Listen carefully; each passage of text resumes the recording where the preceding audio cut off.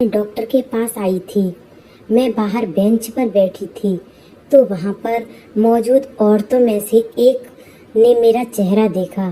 पहले तो मुझे अपनी आंखों पर यकीन ही नहीं आया, क्या यह वही लड़की है?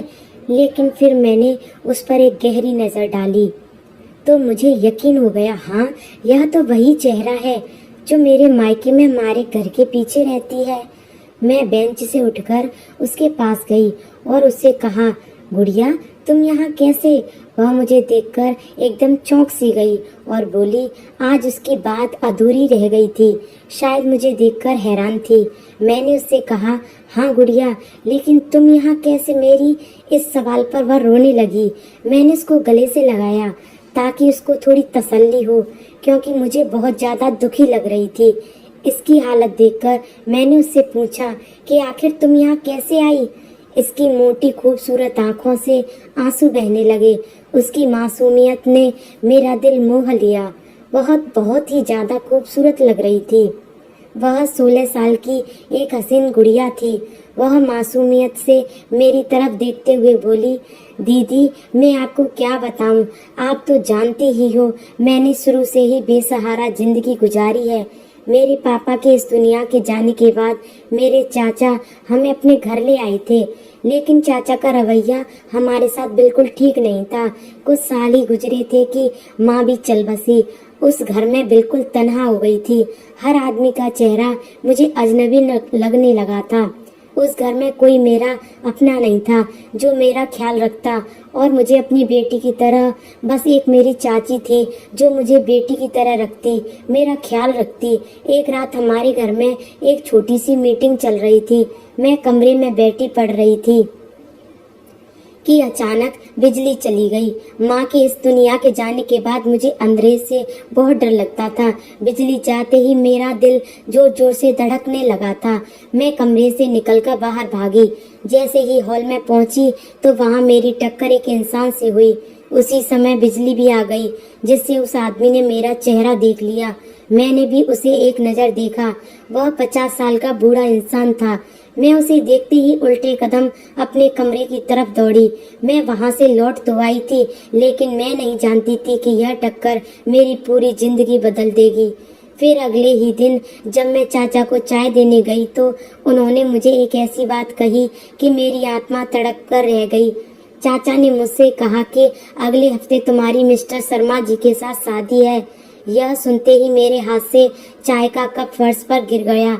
चाचा ने मेरा रवैया देखा, मेरी तरफ आग बरसती नजरों से देखा कि मेरा पूरा जिस्म डर से कांपने लगा। मैं वहां से अपने कमरे में जा चुकी। मैं जानती थी कि चाचा मुझे अपने कारोबारी डील के लिए इस्तेमाल करना चाह रहे हैं। वही तो करते थे हमेशा। हर जगह हमारी ही जिंदगी को नर्क में झोंक दिया जाता था। मैं बेबस थी, मेरी आंखों से आंसू नहीं रुक रहे थे। दिल किसी गहरी समंदर की लहरों की तरह तड़प रहा था। मुझे तो अभी बहुत पढ़ना था, लेकिन यह लोग मेरे साथ क्या जुल्म कर रहे जा रहे थे। थोड़ी ही देर बाद चाची कमरे में आई, जो बहुत अच्छी औरत थी। उन्होंने अपने हाथ में कपड़ों का एक थाल रखा था। वह मेरे पास आई और बोली कि कल तेरी शादी है, यह जोड़ा आया है तुम्हारी ससुराल से। मैं उनके गले लगकर फूट फूट कर रोने लगी। मैंने कहा, चाची, आप तो यह जुल्म ना करो मेरे साथ। चाची की आंखों से भी खामोशी का एक आंसू गिरा था, जिसे मैंने महसूस कर लिया था। यह भी चाची के जुल्म से सताई हुई थी। चाची ने कहा, बेटा, यह तो बहुत जालिम है। यहाँ तेरे जैसी मासूम लड़कियों की कोई जगह नहीं है। अगर तूने यह शादी नहीं की तो वह मुझे मार डालेंगे। चाची की एक एक शब्द में सच्चाई थी। मैं उनके आगे हाथ जोड़ने लगी कि किसी तरह मुझे वहाँ से निकाल दें। मैं उम्मीद भरी नजरों से चाची की तरफ देख रही थी।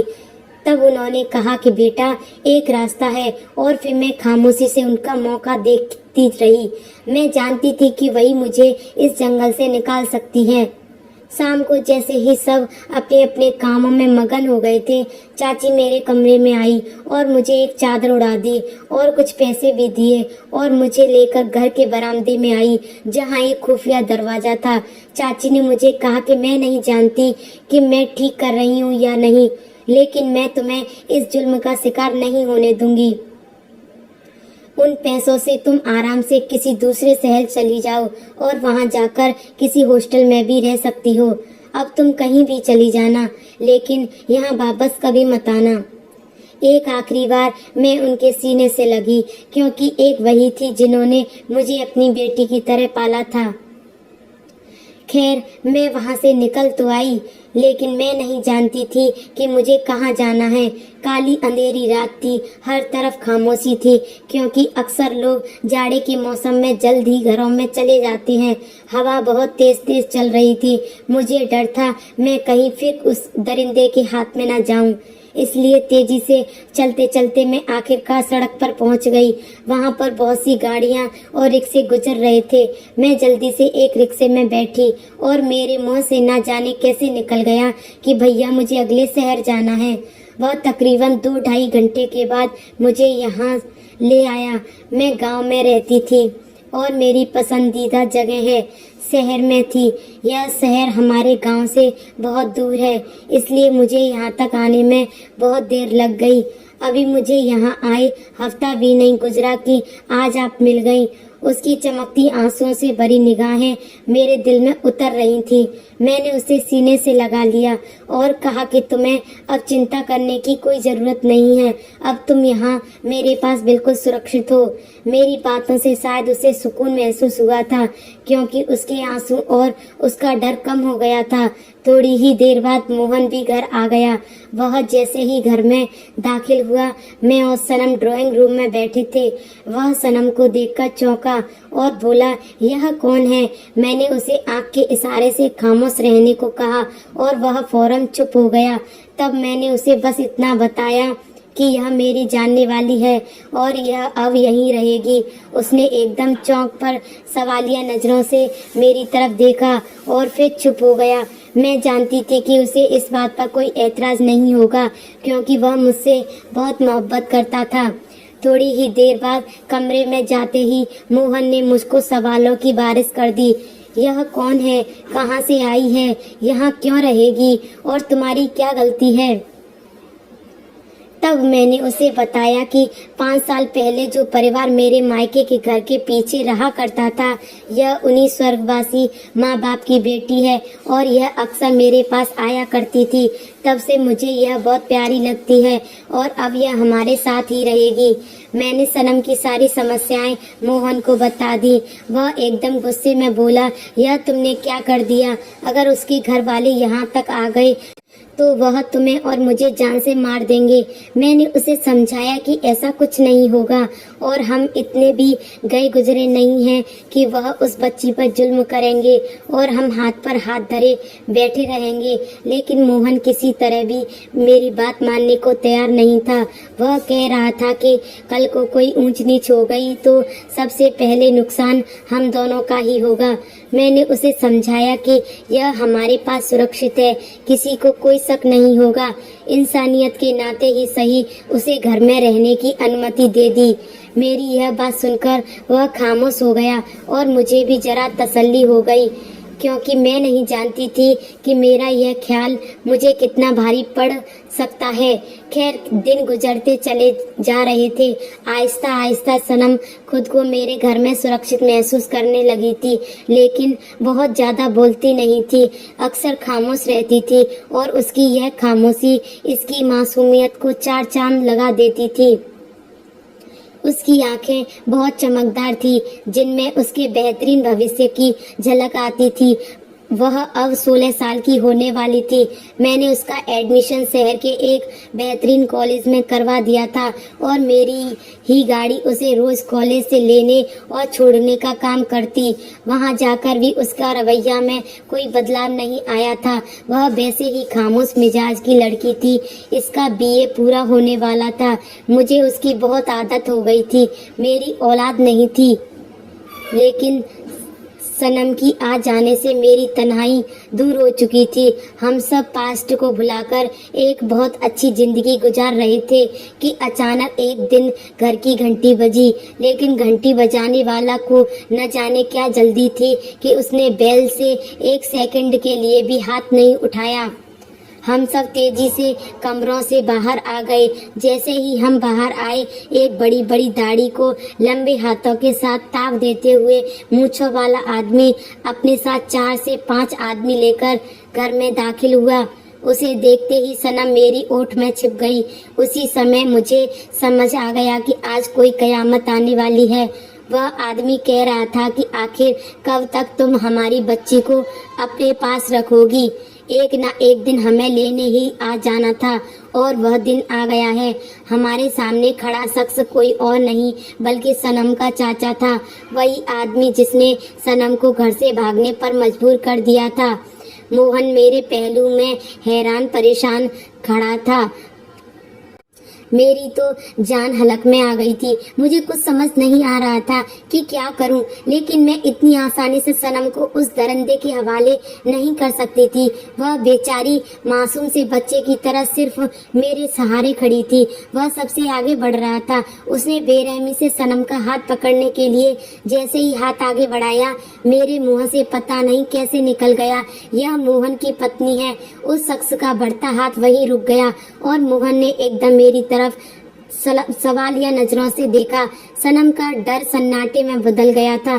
सनम के चाचा ने कहा, यह क्या बकवास कर रही है? मैंने हिम्मत जुटाकर कहा, मैं बकवास नहीं कर रही, यह सच है, यह मेरे पति की पत्नी बन चुकी है।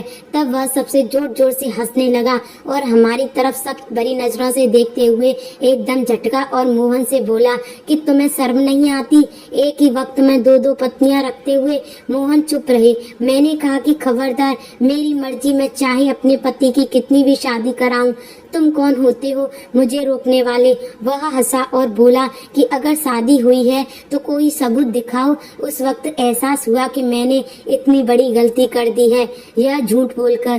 खैर, मैंने एक ठंडी सांस ली और कहा कि हम तुम्हें उस पंडित से मिलवा देंगे, लेकिन अभी वह अपने गांव गए हैं। मेरी इस बात पर वह दोबारा हंसा। उसकी हंसी मेरे कानों में जहर घोल रही थी। उसने कहा, ठीक है, मगर हम सनम के बड़े हैं, हमारे सामने उसकी दोबारा शादी होगी तो ही हम इस शादी को मानेंगे। उसकी यह बात कही थी, मेरे दिल में एक जोरदार चीख की आवाज आई। मुझे लगा कि आज मैं एक अनाथ लड़की बच्ची को बचाते बचाते कहीं खुद इस दुनिया से ना चली जाऊं। दिसंबर के महीने में भी मेरा जिस्म पसीने से भीग गया था और मोहन की आंखों में सवाल अब गुस्से में बदलने लगे थे। मैं दिल ही दिल में भगवान से प्रार्थना कर रही थी कि भगवान करे मोहन कुछ उल्टा सीधा न बोल दे, और ऊपर वाले ने मेरी इज्जत भी रख ली थी। मैंने पीछे मुड़कर सनम की तरफ देखा तो वह बेचारी डर से कांप रही थी और उसके आंसू लगातार उसके चेहरे पर बह रहे थे। मेरे पास उस समय सनम को बचाने का कोई और रास्ता नहीं था। सोचा कि किसी की जिंदगी बचाने के लिए यह शादी करना कोई पाप नहीं है। मैंने फौरन इस शादी के लिए हामी भर ली। पंडित जी को बुलाया जा रहा था। मोहन ने मुझे अकेले में बुलाया और बोला, यह तुम क्या कर रही हो? तुम इस लड़की को मेरे सर पर क्यों बैठा रही हो? मैंने मोहन की आगे हाथ जोड़े और उसे कहा, प्लीज यह शादी कर लो, इस बच्ची की जिंदगी का सवाल है, बस यह मामला रफा दफा हो जाए फिर तुम उसे तलाक दे देना। मेरे जुड़े हाथों को देखकर वह मान गया था। सनम बेचारी तो चुप बैठी थी। उसे कुछ समझ नहीं आ रहा था कि उसके साथ क्या हो रहा है। मैंने उसे गले लगाकर प्यार किया, उसे समझाया कि सब ठीक हो जाएगा। पंडित जी भी आ चुके थे और मैं अपने पति को अपने हाथों से किसी और के हवाले करने के लिए तैयार थी। सनम की आंखें रो रो कर लाल हो चुकी थी। वह तो सोच भी नहीं सकती थी कि उसके साथ ऐसा भी हो सकता है और वह इस तरह किसी शादीशुदा मर्द की औरत बन जाएगी। मैंने किसी तरह से यह कड़वा घूंट भरा था।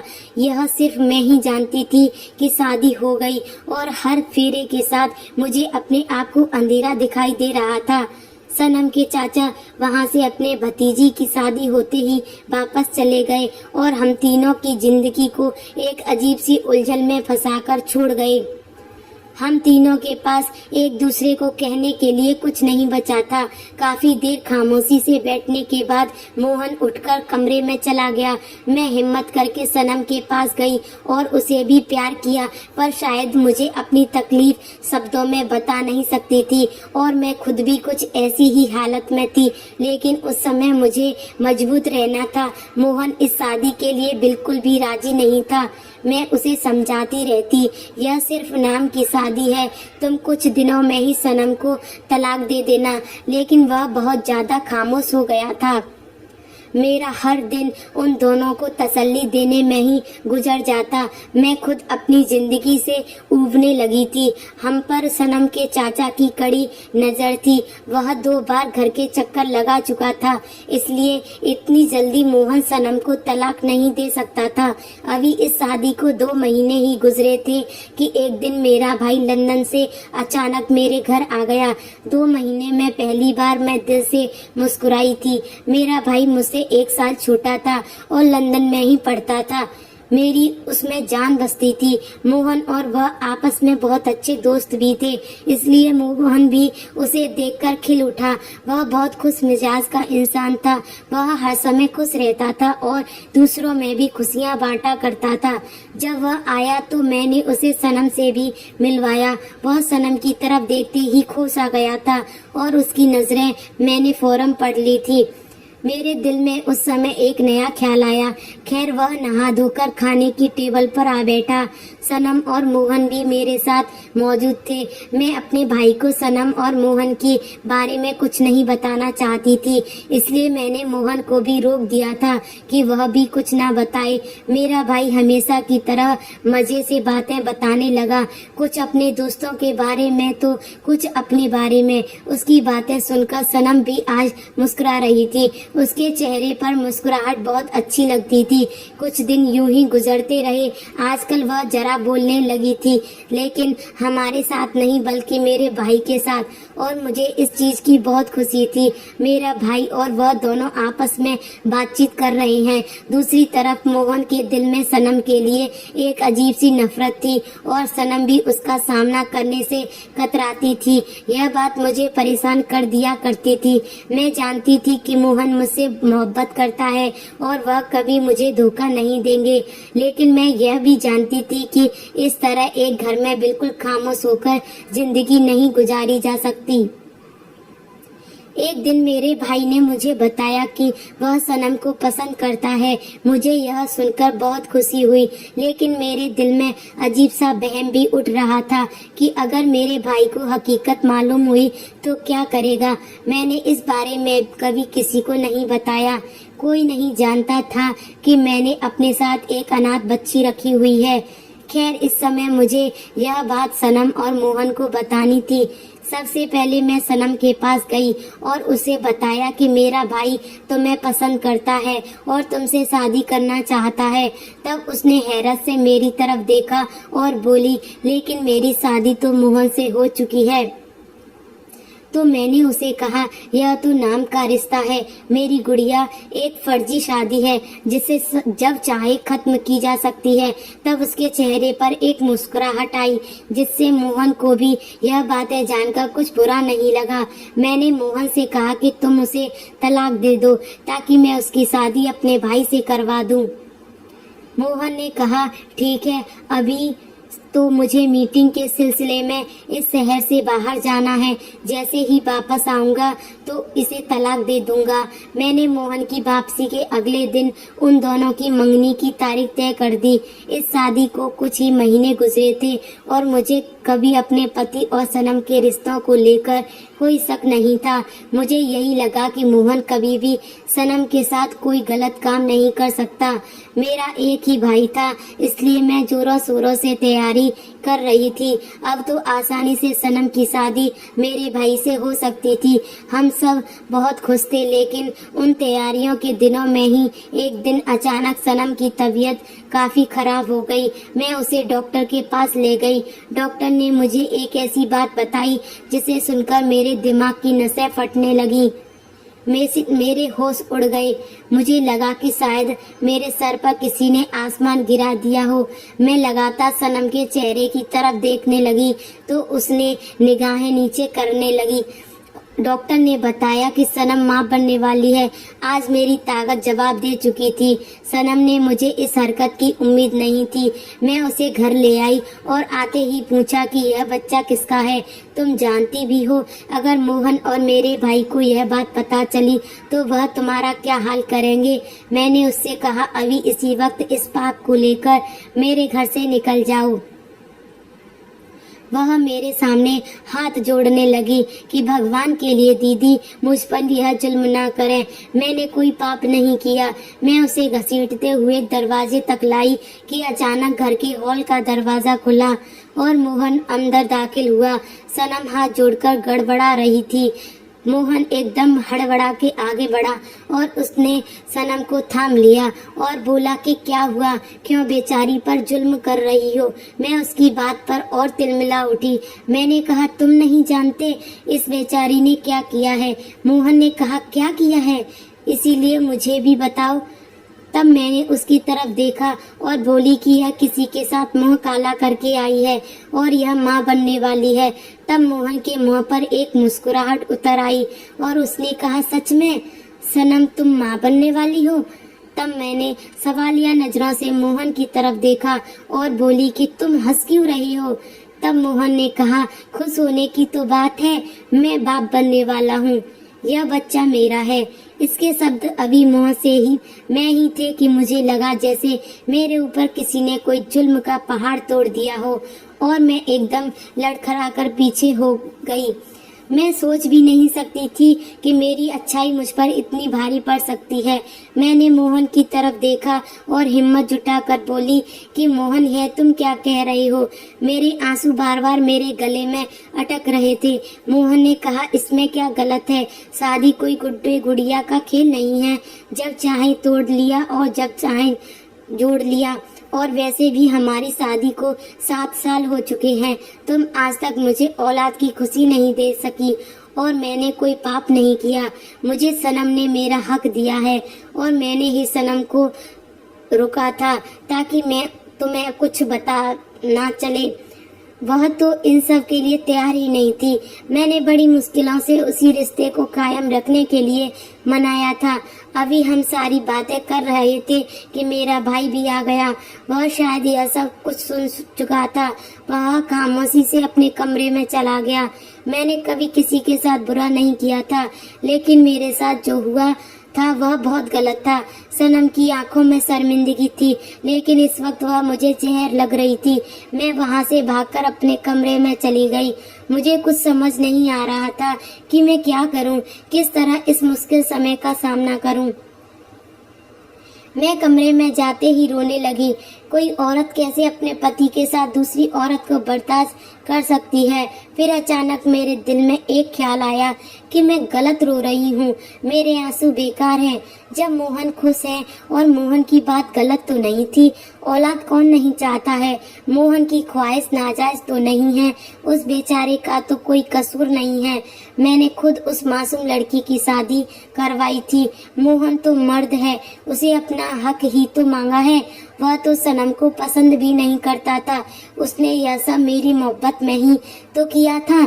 बस उन्हीं बातों को सोचकर वहां से एक फैसला करके उठ खड़ी हुई और कमरे से बाहर निकल आई।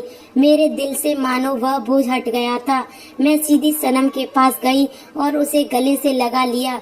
मैं उस बच्चे को दिल से स्वीकार कर चुकी थी। मोहन भी बहुत खुश था। मोहन की मोहब्बत कम नहीं हुई थी। मेरा भाई अगले दिन लंदन चला गया। उसने मुझसे कोई शिकवा नहीं किया था। हमारे यहाँ बेटे की पैदाइश थी। हम सब एक साथ रहते हैं और बहुत खुश भी हैं। सनम बिल्कुल मुझे छोटी बहन की तरह प्यारी है। सनम का बेटा मुझे बड़ी माँ कहकर पुकारता है। सनम मेरी बहुत इज्जत करती है और सनम का बेटे मेरे मोहन का खून है, उसकी औलाद है, इसलिए वह मुझे दिलो जान से प्यारा है। अगर मैं उस समय कोई गलत कदम उठा लेती तो अपने आप मोहन को भी खो देती। तो दोस्तों, यह थी हमारी आज की कहानी। आपका क्या कहना है इस कहानी के बारे में कमेंट करके हमें ज़रूर बताएं। वीडियो को लाइक कर दीजिए और इसी तरह की कहानियाँ लगातार देखने के लिए हमारे चैनल को सब्सक्राइब कर दो।